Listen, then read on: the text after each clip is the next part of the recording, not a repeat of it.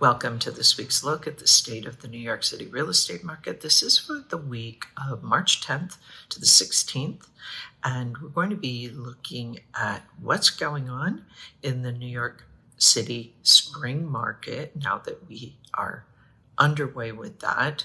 We're going to look at the luxury market, the Manhattan market, and the Brooklyn market, and then at the end, I'll share some additional information with you about the market as well as my strategies for success.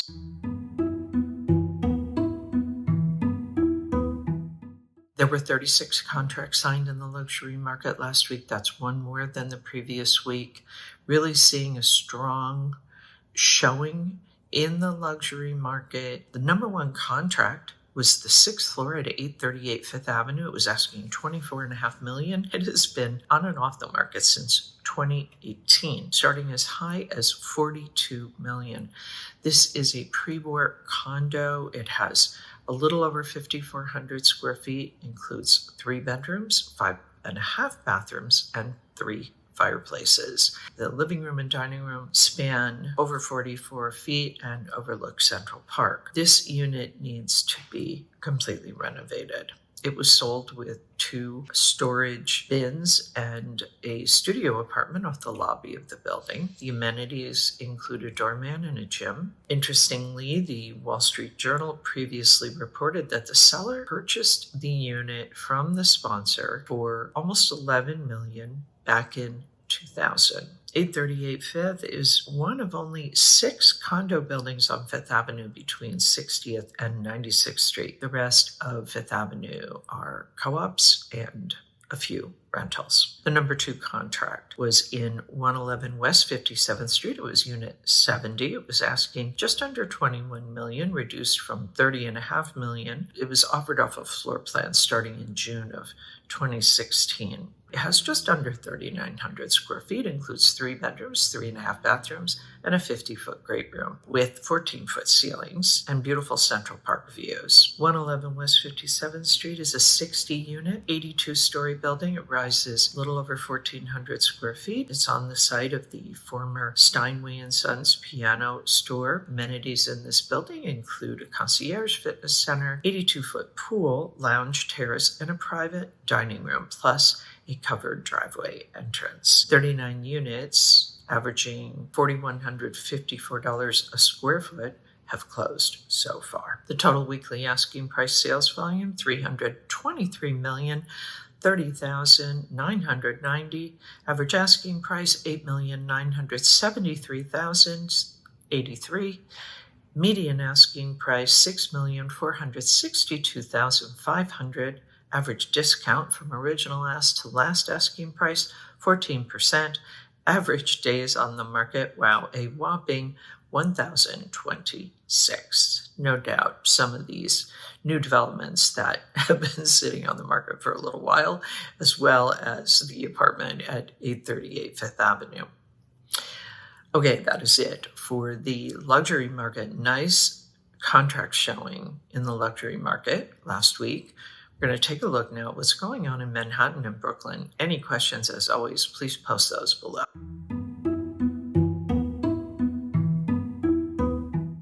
We're really seeing a jump in supply in Manhattan. 538 properties came on the market last week. That's up almost 13%. Contracts signed, 258 for the week. That's up a little over 10%. Off-market rose a little over 10%. 118 properties came off the market. The supply for the month, 1,847. That is up almost 41%. Contracts signed, 965, up a little over 23%. Off market rose almost 5%, 432. The market pulse in Manhattan continues to stay in this neutral place with some shifts and changes, not a lot. Down a little bit from last month. It's up a little over 1% from last year. Liquidity Pace chart, 965 properties went into contract over the last 30 days. That's up a little over 16% from last month, up almost 4% from last year. Okay. Manhattan seems to be seeing a real rise in the inventory. We're going to take a look now at what's going on in Brooklyn. I'm going to sum it up, give you some additional information about the market, and then we'll also share my strategies for success.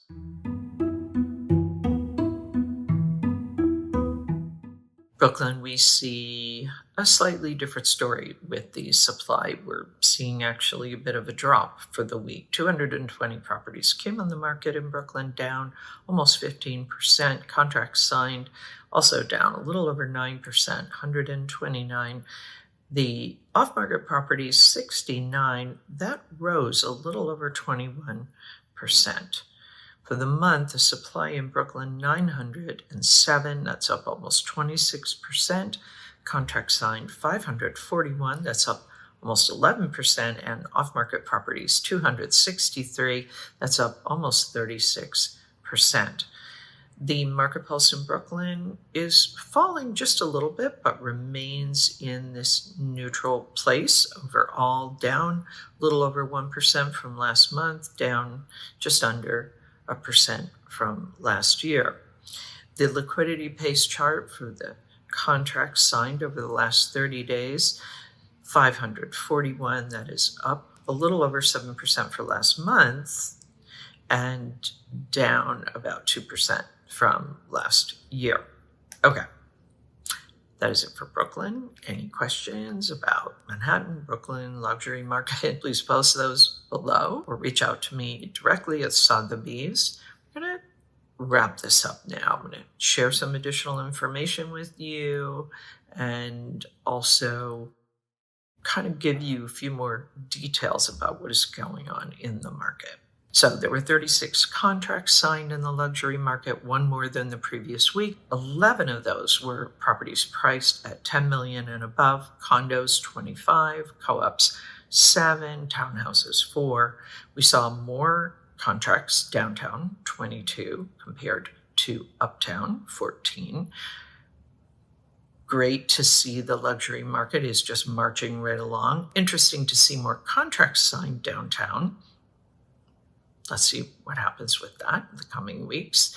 The Brooklyn and Manhattan market conditions remain essentially neutral.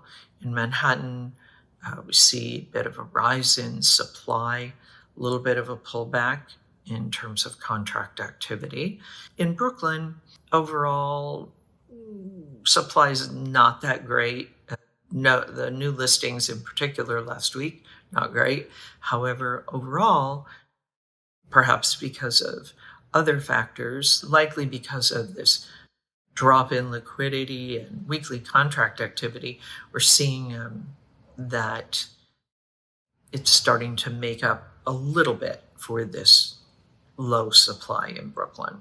The Manhattan supply, 6,281, Brooklyn, 3,043, pending sales in Manhattan, 2,894, Brooklyn, 1,813, off-market properties in Manhattan, 3,966, Brooklyn, 1,922, average days on market Manhattan, 95, it's a little bit of a rise there, Brooklyn, 67, liquidity pace for the last 30 days, Manhattan 965, Brooklyn 541. So I want to share some additional information with you. If we look at this chart of resale condos, price per square foot, it's how we try to get a sense of where the prices are at, data being a little hard to come by in our market. It shows that despite the recent tick higher in prices, it's pretty much been a bit of a lost decade for the general Manhattan price action. This is a little tricky for sellers who expect higher prices. They might remember the more frenzied time when they bought their property. It's important to remember that prices are really only half the story, and the feelings about the market or the sentiment makes up the other. The Brooklyn chart for this week is the demand chart. And we see that this week the demand is 555. Last week, down almost 2% from last week and down a little under 1% from last year. That is a bit of a shift in Brooklyn. We're used to seeing Brooklyn having a pretty high demand as compared to Manhattan in recent times. Again, we're in this kind of beginning stage of the spring market.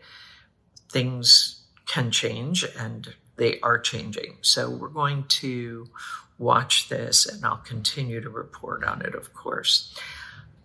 Take a look at these mortgage rates. We see that the 30-year conforming, 6.64%, the 30-year jumbo, 6.69%. I'm sharing this weekly mortgage chart with you just to help you keep an eye on the rates, especially helpful if you're an active buyer or seller.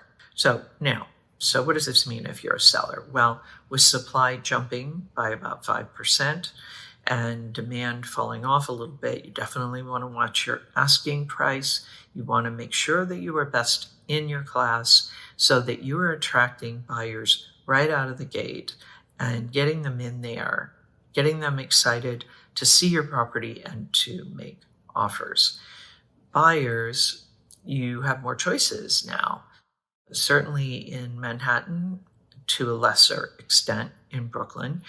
Be aware that you likely also have more competition. There are more buyers in the market, perhaps not yet making decisions, but we know they're out there and looking. So when it comes to leverage, be sure you're looking at those days on market.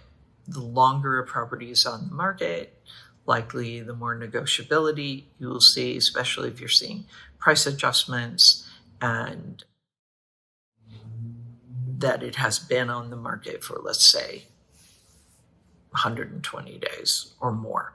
The properties newer to the market are less likely to have a lot of negotiable. Those sellers are less likely to be terribly negotiable. So, okay, that is it for this week's look at the state of the New York City real estate market. As always, my thanks to JbN&x and to the Olshan Luxury Report. The work they do helps me to help you to make great decisions. I'll be back next week with the very latest news on what's happening in the New York City real estate market. In the meantime, take care.